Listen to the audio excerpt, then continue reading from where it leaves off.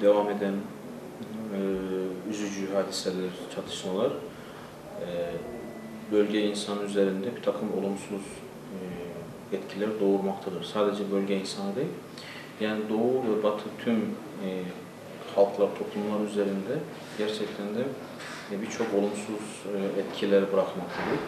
Yani belki henüz tam travma halinden söz etmiyoruz. Ancak yani düşünün ki müthiş bir kaygı, yani gelecekle ilgili bir anlamda güvensizlik, yani sürekli her an bir tehlikeyle yüz yüze gelme hali, böyle bir beklenti içinde bir hayat, zor bir hayattır.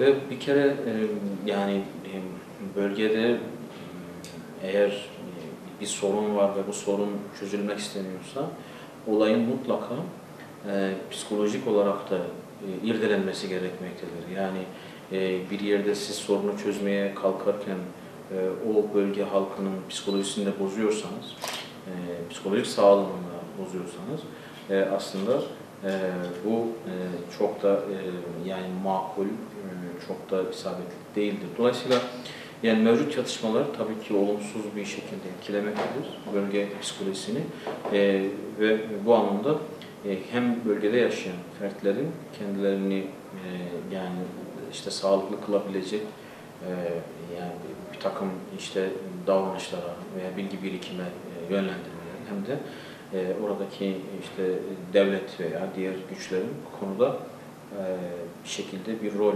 üstlenmesi gerektiğini düşünüyorum.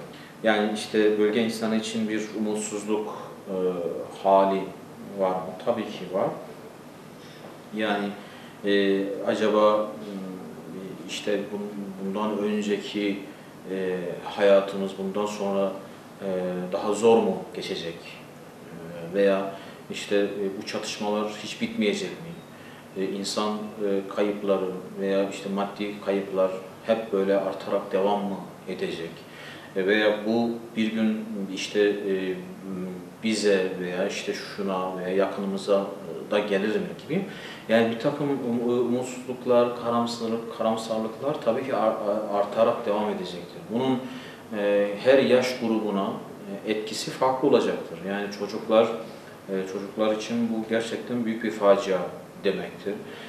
Veya daha zayıf olan diyelim ki kadınlar için çok büyük bir facia demektir. Yani toplumda özellikle dar gelirli gruplar için veya bir takım zayıf durumu olanlar için gerçekten bu olayların müthiş bir o ümitsizlik, karamsarlık kattığını söyleyebiliriz.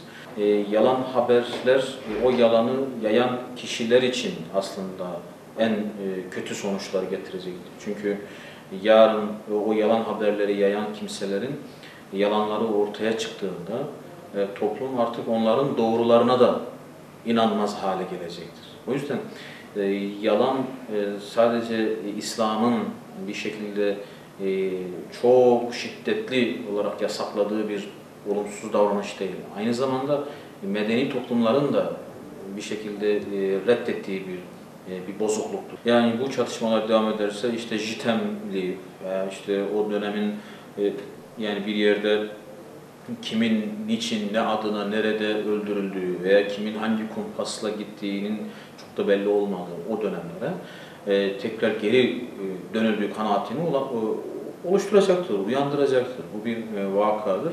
Tabii dileriz ki öyle olmaz. Yani dileriz ki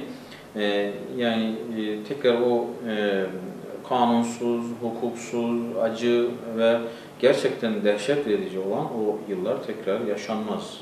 Her çatışmanın beslediği bir ideoloji olacaktır. Yani evvela beslendiği ama daha sonra da beslediği, büyüttüğü bir canavar olacaktır. Ve bugün düşünün ki artık o hiç konuşmak istemediğimiz, belki de İslam kardeşliği derken ısrarla kaçındığımız o milliyetçi refleksler birileri tarafından ısrarla beslenmek istenmektedir, güçlendirilmek istenmektedir. Bakın onlar bizi öldürüyorlar, biz de onlara acımayız gibi, onlar biz şeklinde bir ötekileştirme veya bir işte değersizleştirme, yok sayma, tahkir etme, hakaret etme, küçümseme, genelleştirme, yani toptancılık, herkes, hepsi öyledir, işte Türklerin hepsi böyledir veya işte Kürtlerin hepsi böyledir gibi genellemeler maalesef bu tür çatışmaların ortaya çıkardığı menfi sonuçların belki en zararlısı, en tehlikelisidir.